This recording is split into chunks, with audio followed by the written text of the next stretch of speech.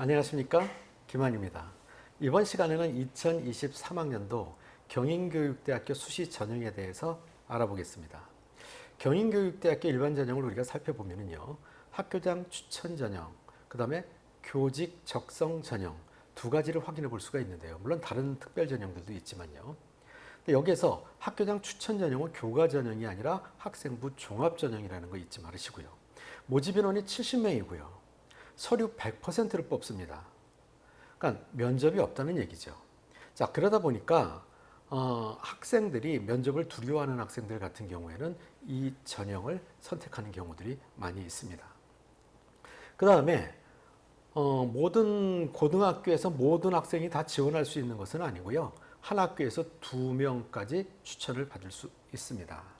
자, 그 다음에 여기에서 학교장 추천 전형과 교직 적성 종합 전형에 그러면 우리가 어떤 차이점을 놓고 봐야 되느냐를 놓고 봤을 때 면접이 있고 없고도 중요하지만 당연히 면접이 없으니까 학교장 추천 전형은 1단계가 없겠죠.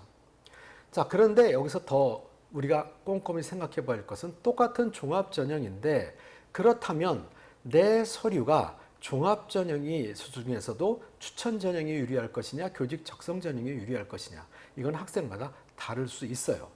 자, 그러면 기준을 무엇을 놓고 해야 될 것이냐를 한마디로 말씀드리기는 쉽지 않지만 학생들이 가장 많이 생각하는 것이 성적입니다.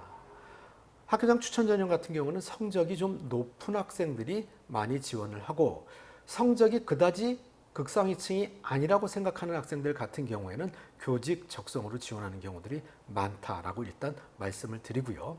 이 성적에 대한 결과는 경인교육대학교 설명 마지막 부분에서 다시 한번 정확하게 말씀을 드리겠습니다. 자, 그 다음에 경인교육대학교 면접 방식이 수시 전형에서요. 두 문제가 출제가 되는데요. 자, 두 문제는 여기 일단 면접이 어떤 식으로 되는지 한번 우리가 확인을 해보면요. 개별 면접으로 진행을 하면서 대학 자체 개발 면접 문장을 활용을 하는데 이 부분에서 교직 인성 면접 한 문제와 교직 적성 문제 한 문제 두 문제가 출제가 되고요.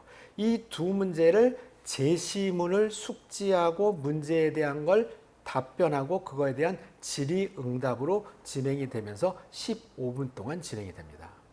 자, 그러면 학생들이 경인교육대학교 기출문제를 확인해 보셨으면 알겠지만 교직 인성, 교직 적성, 작년 같은 경우에는 시사문제가 아닌 교직에 관련된 문제들로만 출제가 됐습니다. 그러니까 학생들 입장에서는 경인교육대학교에서는 교직 문제만 출제가 되나 보다라고 생각할 수 있지만 아닙니다. 시사 문제가 출제될 수도 있습니다. 작년 같은 경우에 그랬던 것이고요. 자, 그 다음에 경인교육대학교 면접 같은 경우에 학생들이 기출문제를 보고 그걸로 뭐 4분을 발표를 하든 2분을 발표하든 발표를 하는 것으로 끝나는 것이 아니고요. 학생이 답변한 거에 대한 추가 질문, 꼬리 질문, 이 부분이 학생들의 면접의 변별력을 좌우하는 부분이다라고 생각하시면 됩니다. 물론 앞에서 숙지하고 답변하는 부분도 어려운 부분이 있지만 그 부분에 대해서 답변한 내용에 대해서 교수님들께서 추가 질문을 했을 때 그거에 대해서 어떻게 답변하는 것도 매우 중요한 부분이라는 거. 사실 15분 동안 면접을 보는 것은 상당히 긴 시간입니다. 학생들 표현에 의하면 모든 것을 다 까발려졌어 라는 부분으로 표현할 정도로 긴 시간입니다. 자, 그렇기 때문에 여러분들이 면접을 준비할 때는 경인교육대학교 방식에 맞춰서 충분히 연습하는 거 꼭 필요하다는 거 잊지 말으시고요. 자, 그 다음에 경인교육대학교 종합전형 중에서 서류평가 부분은 어떤 식으로 평가를 하느냐. 자, 크게 구분을 해보면 학업 역량 부분, 교직 적합성 및 잠재력 부분, 교직 인성 부분, 대부분의 교육대학교가 이렇게 평가하는 부분이 다 비슷하다라고 나와 있습니다. 다만 그 부분을 평가 항목을 나누자고 보면 학업 역량, 교직 적합성, 리더십 및 자기주도성, 나눔과 배려, 공감 및 소통 능력. 자, 여기에서 평가 기준에 대한 것들이 질문사항으로 나와 있는데요. 이것만 보고는 여러분들이 어떤 내용이 나의 생활기록부의 이 내용이 어떤 식으로 평가를 받을지는 사실은 잘 알기는 어렵습니다. 그래도 개괄적으로는 알 수 있겠죠. 자, 그러면 내 생활기록부에 어떤 항목이 어디에 해당되는 것입니까? 예를 들면 학업 역량 부분, 그럼 여러분들이 생각하실 때 정량적 부분에 있어서는 내신이 몇이다라는 부분과 정성적 부분에 있어서는 세부능력 특기사항이 주를 이루겠죠. 이것 이외에 여러분들이 활동한 부분도 포함이 될 수 있다는 거 잊지 말으시고요. 물론 경인교육대학교의 경우입니다. 자, 그렇다고 놓고 본다면 경인교육대학교 같은 경우에는요. 출결사항에서부터 시작해가지고 마지막에 행동 및 종합난까지 모든 부분을 꼼꼼하게 다 평가한다. 이게 뭐가 도움이 됩니까? 라고 생각할 수도 있겠지만 경인교육대학교는 그런 식으로 평가를 한다는 거 여러분들이 염두에 두시고요. 다만 여기서 여러분들이 확인해 두시면 도움이 될 만한 부분이 밑에 나와 있는 부분입니다. 학교장 추천 전형 이외에 교직 적성 전형이 되겠죠.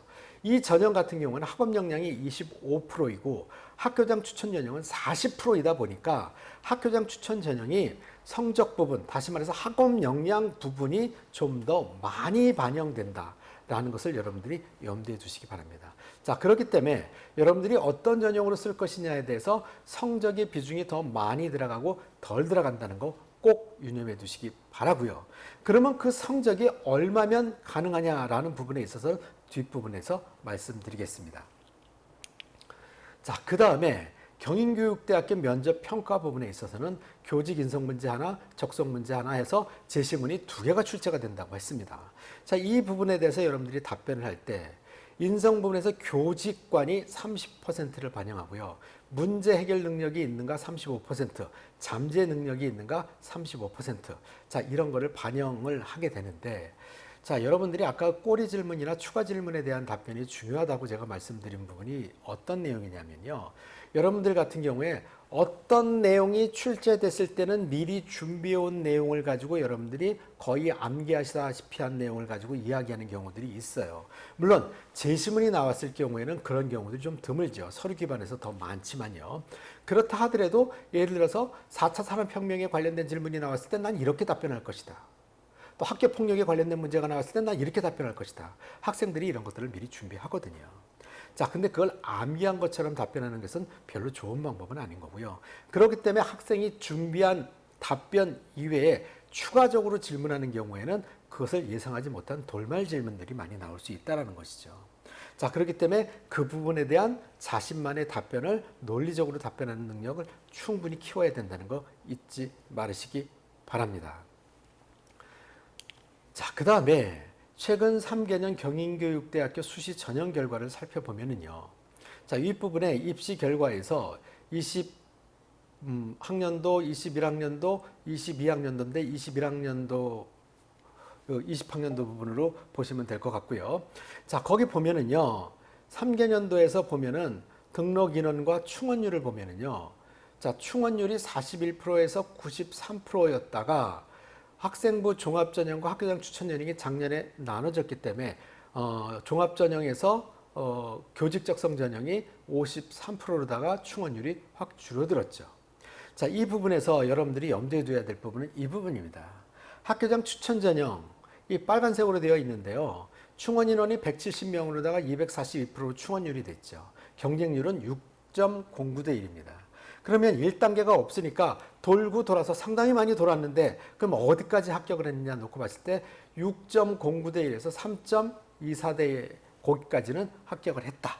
물론 이 부분이 올해도 이렇게 된다는 보장은 없습니다. 자, 이렇게 생각하시면 돼요. 수시에서 서울교육대학교로 빠져나간 아이들이 많이 있기 때문에 경인교육대학교가 많이 돌았다고 여러분들이 생각할 수 있겠지만 경인교육대학교의 충원율이 늘어날 수 있는 확률은 뭐냐면요. 서울교육대학교뿐만이 아니라 스카이 부분도 해당된다는 거예요. 서울대학교, 고려대학교, 연세대학교뿐만이 아니라 뭐 성균관대학교 같은 경우도 마찬가지가 될 수 있겠죠. 자, 이렇게 여러분들이 그 서울에 있는 우수한 대학들로 빠져나가는 경우에 충원율이 늘어날 수 있다. 자, 이 부분은 그러한 일반 대학교에서 수시에 많이 뽑는다면 그쪽으로 빠져나갈 경우들도 많이 있는데 교육대학교 같은 경우에는 수시 정원이 40%를 항상 유지했었죠. 뭐 지금도 마찬가지지만요. 정시 인원이요. 그러다 보니까 수시에서 50% 정도 이상을 뽑았지만은 지금 대부분의 일반 대학교 같은 경우에는 정시 비율을 40%까지 늘리면서 과거에 20%였었을 때 수시에서 80%를 뽑던 것이 이제 60%로 줄어들게 된다는 얘기죠. 이렇게 수시 비율이 줄어들고 정시 비율이 늘어나는 상황에서 일반 대학교로 빠져나갈 수 있는 인원 자체도 줄어들 수밖에 없다. 그렇다면 경인교육대학교에서 빠져나갈 수 있는 인원들은 더 줄어들지 않겠냐는 것도 생각해 볼 수 있을 것입니다. 자, 그 다음에 학교장 추천 전형에서 점수 분포를 우리가 확인해 보면은요, 평균 점수 밑에 나와 있는 걸 보면은요, 1.39입니다. 최저가 1.89고요. 자, 그 다음에 적성 전형에 있어서는 평균이 1.72, 최저가 2.39. 전년도나 그 전년도에 비해서는 많이 떨어진 점수입니다. 여기에서 우리가 알아봐야 될 것들은 경인교육대학교 같은 경우에 뽑는 인원이 많이 있다 보니까 2.0이 넘는 학생들도 37명이나 합격을 했다라는 것 우리가 확인해 둘 필요 있고요. 자, 여기서 이제 여러분들이 착각할 수 있는 게 교과 전형은 아니지만 학교장 추천 전형 같은 경우에 내신을 많이 반영하는데 1.89 적성 전형의 평균보다 낮은 학생이 여기서 붙었네. 나도 그럴 수 있지 않을까? 면접을 보지 않아도 합격할 수 있지 않을까? 이렇게 생각할 수 있다는 것이죠. 그런데 이렇게 내신 성적이 좀 낮음에도 불구하고 학교장 추천 전형에 붙을 수 있었다는 것은 결과적으로는 비교과 부분이 우수하지 않았겠느냐라는 부분도 여러분들이 한번 생각해 보시기 바랍니다. 지금까지 경인교육대학교 수시 전형 결과에 대해서 알아보았습니다. 그 이외에 궁금하신 점이나 자세한 설명은 교대입시연구소 기만컨설팅 공동 주최하는 설명회에서 확인하시는 것도 방법일 것입니다. 물론 개인적으로 궁금하신 점들을 교대입시연구소나 기마컨설팅으로 문의해 주시면 자세히 설명드리겠습니다. 아무쪼록 좋은 결과 있으시기 바랍니다. 여러분 감사합니다.